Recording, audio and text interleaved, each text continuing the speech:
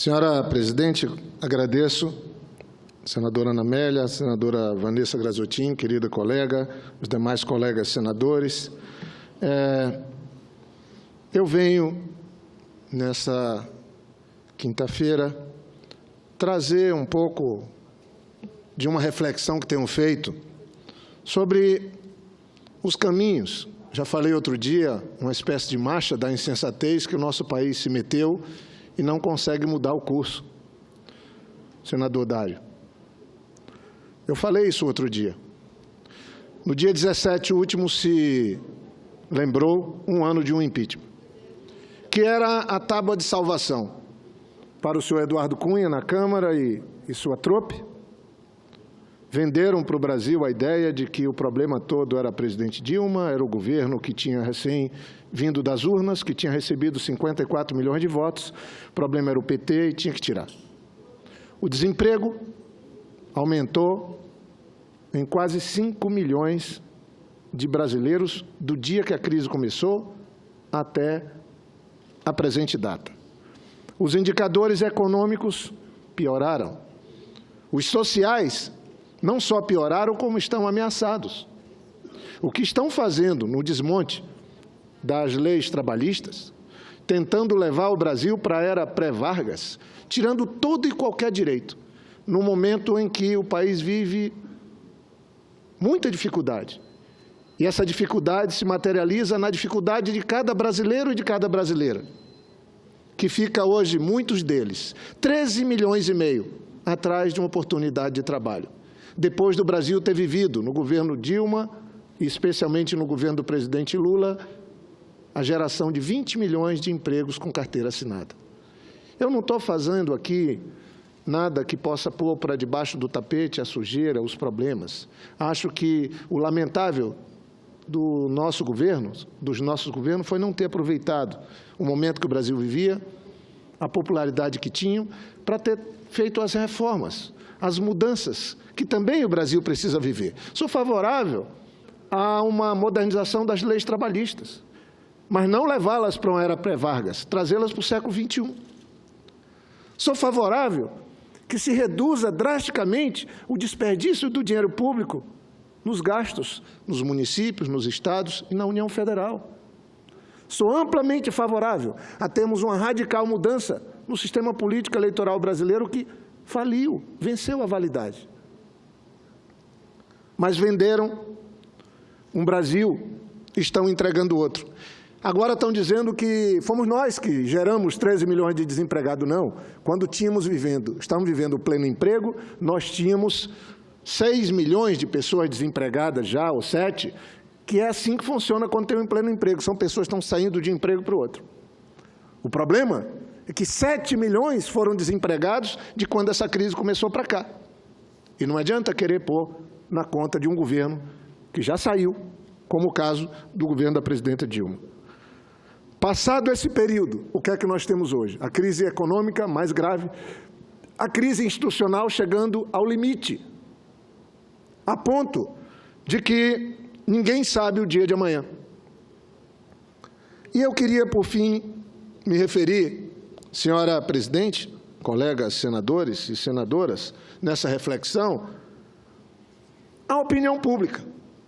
Foi dito aqui dessa tribuna pelo hoje presidente do PMDB que a presidente Dilma não podia ficar porque não tinha apoio popular.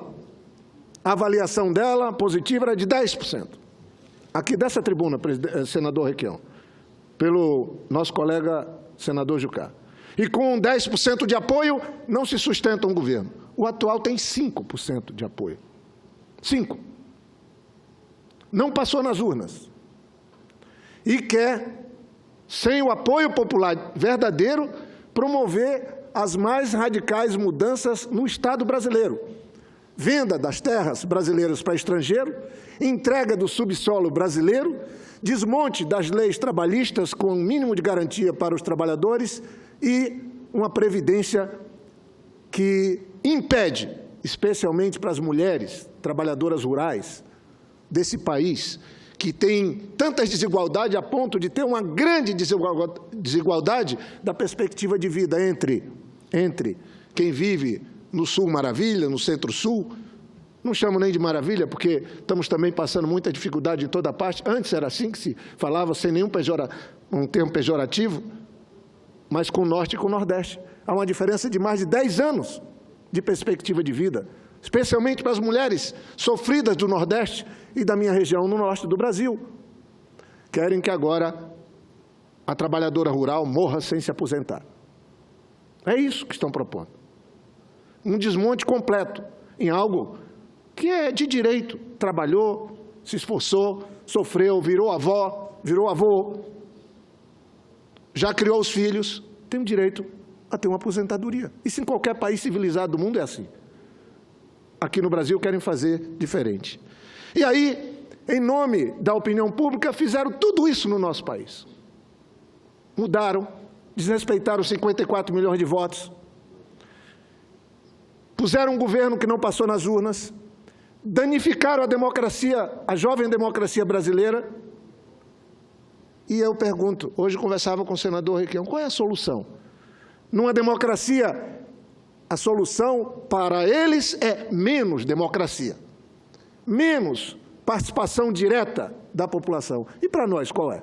Mais democracia.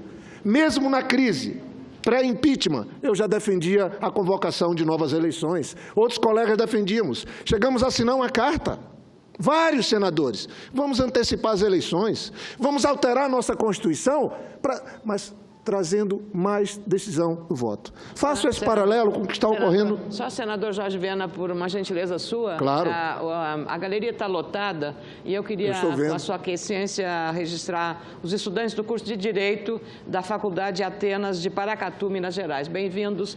Está na tribuna o senador Jorge Viana, do Partido dos Trabalhadores do Estado do Acre.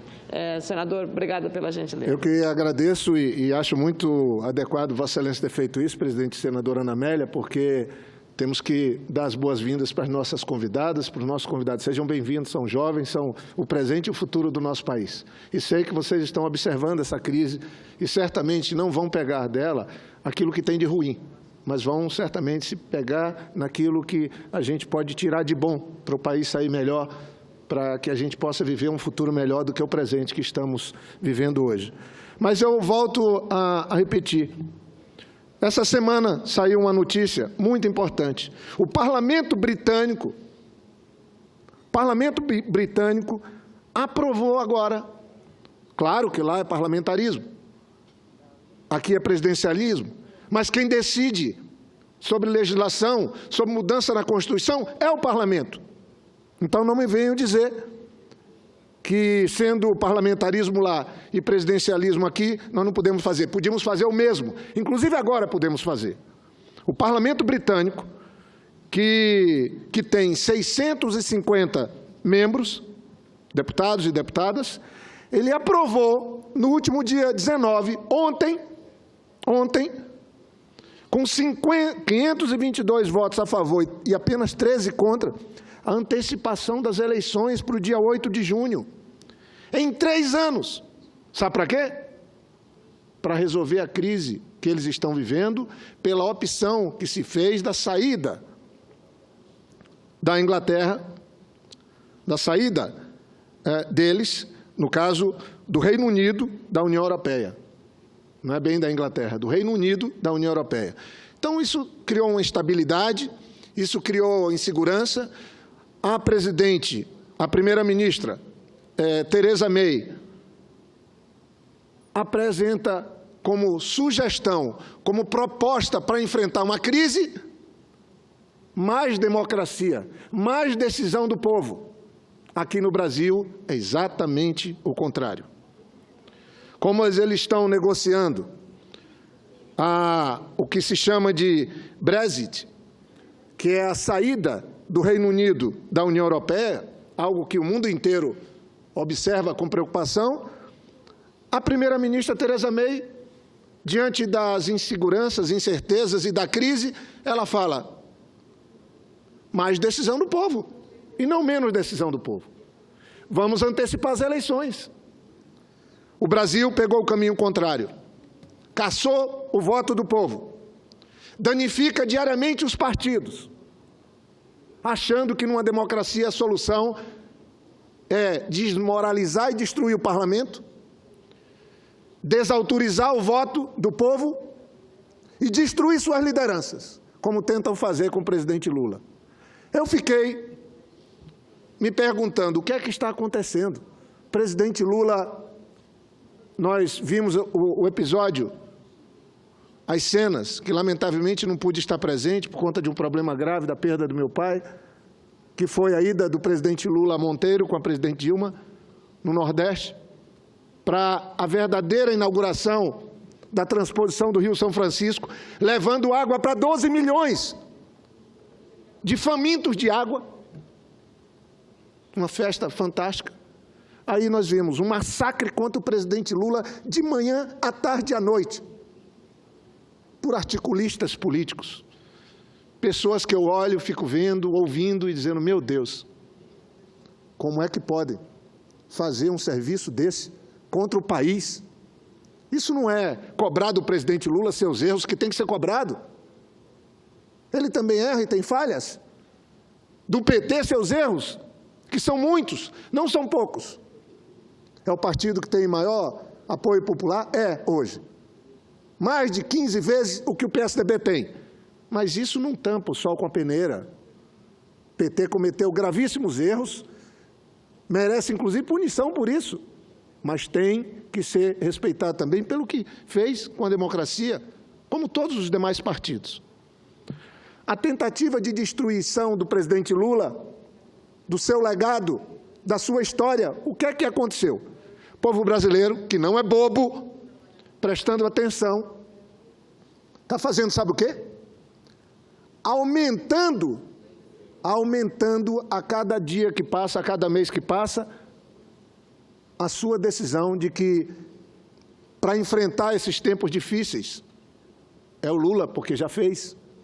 E fez sempre por quem mais precisava, por aqueles que não tinham, por aqueles que não podiam. E eu trago aqui para concluir, presidente, 3 pesquisas. Porque fala-se tanto em opinião pública, mas agora tem 3 pesquisas. Uma da Vox Pop.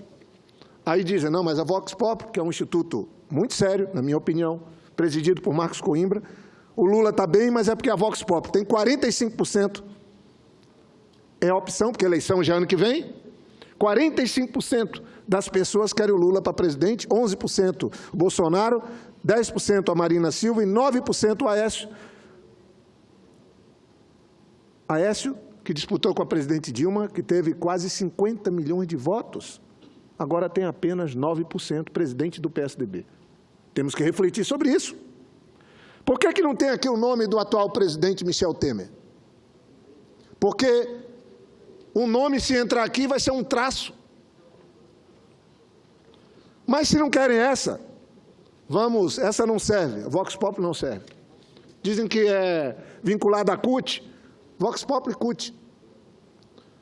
Vamos pegar essa aqui, Poder 360, que elaborou, do Fernando Rodrigues.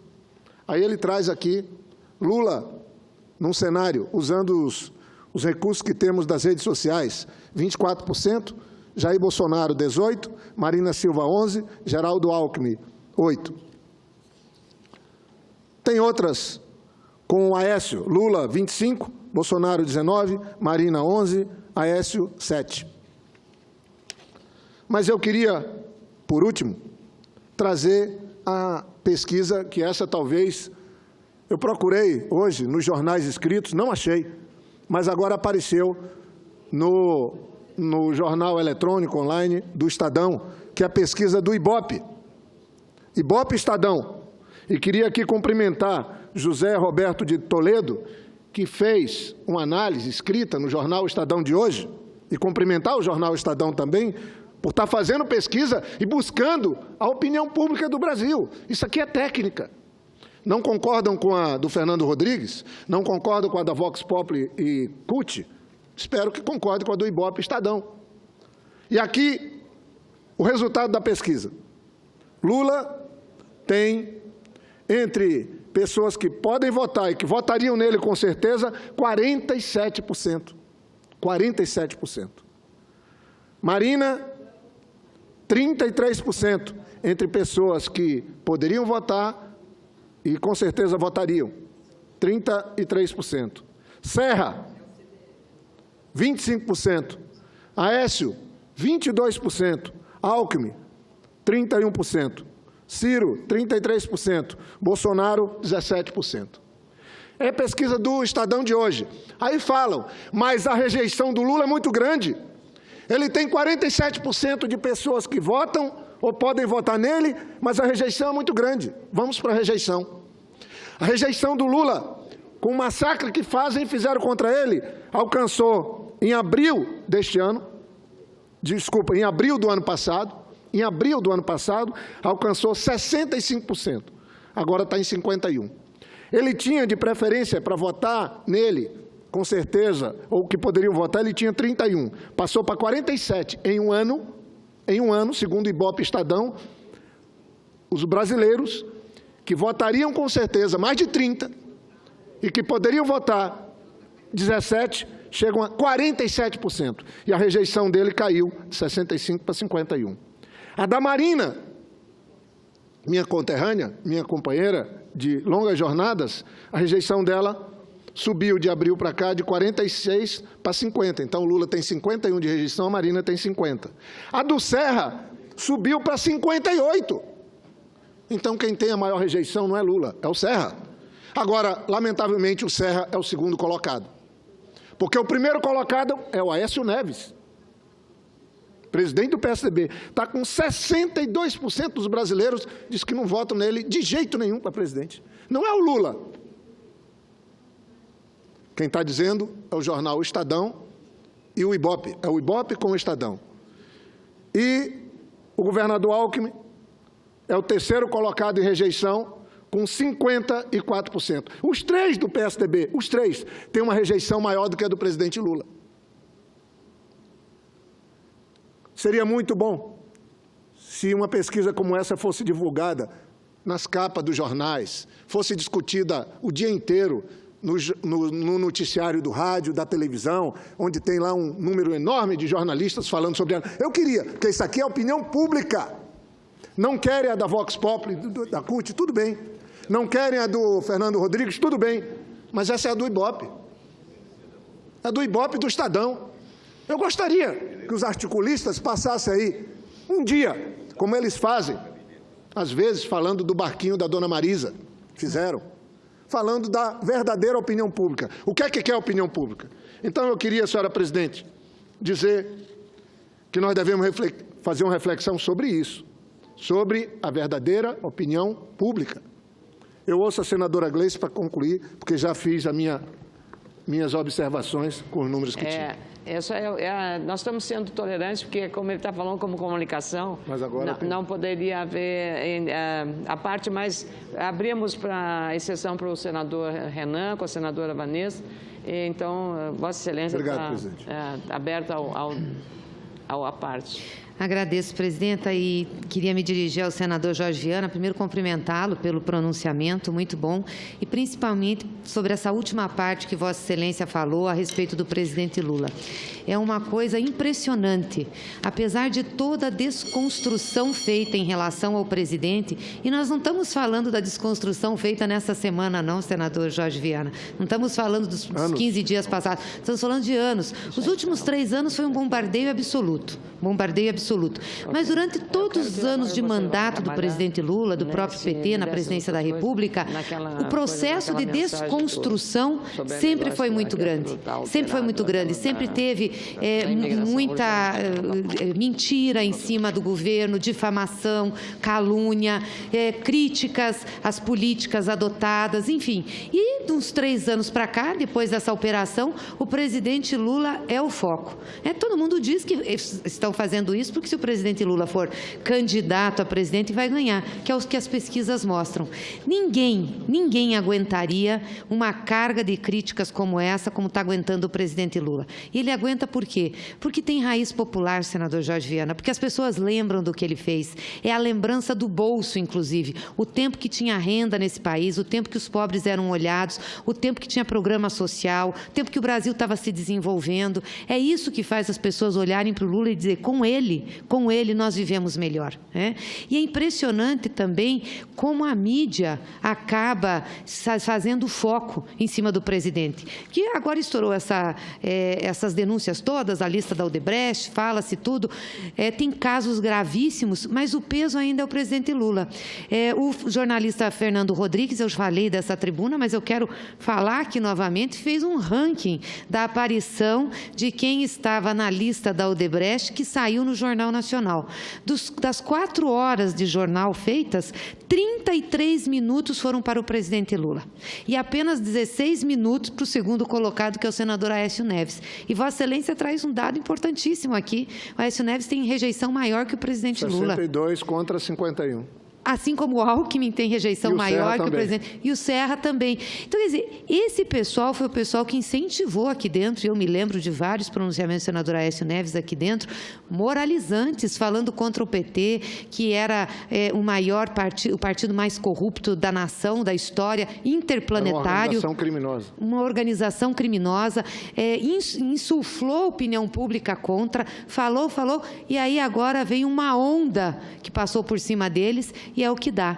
Porque, na realidade, senador Jorge Viana, o que eles queriam era fazer uma disputa política rasa, né? E não discutir realmente saídas para o Brasil, saídas para essa crise política. Então, eu queria parabenizar Vossa Excelência, deixar esse registro de novo e dizer que o presidente Lula está sendo, sim, massacrado. Não é coisa pouca, não. Não estou aqui dizendo que o presidente Lula nunca cometeu erros, que não tem problema nenhum. Não é isso. Acho que todos os seres humanos cometem erros, todas as organizações humanas têm erro. O problema é que os pesos e medidas são diferentes. Estão massacrando o presidente Lula, quando na realidade nós temos outros atores muito mais comprometidos com o que aconteceu e com situações muito mais graves envolvendo seus nomes e carreira política. Obrigado, senadora Gleisi. Obrigado, presidente Ana Amélia. E só dizendo, eu concluo meu pronunciamento informando. Não vamos falar da opinião pública da boca para fora. Eu trouxe pesquisas trazendo a opinião pública brasileira com base em dados científicos. São 3 pesquisas. O cardápio é grande. Eu acho que há um reconhecimento do povo brasileiro, sim, de tudo que o presidente Lula fez. Se ele cometeu erros, cometeu. Quem de nós não comete erros e não cometeu erros? Temos que acertar as contas com a sociedade, até com a justiça. Vamos acertar. Quem pode, acerta. Feliz daquele que pode justificar os questionamentos que sofre. É o que eu vou fazer. Agora, nós não podemos destruir as lideranças, a democracia, os partidos. Esse caminho vai agravar ainda mais a crise. E, para mim, só tem um remédio, que eu falo isso há 2 anos. Mais eleição. Vamos chamar eleições diretas para resolver a crise. Vamos antecipar a eleição. Vamos fazer como o Reino Unido fez, está fazendo. É um caminho, em vez de ficar falando sem a devida autoridade em nome da opinião pública. Isso mesmo, é isso dá que eu poder queria ao povo. trazer.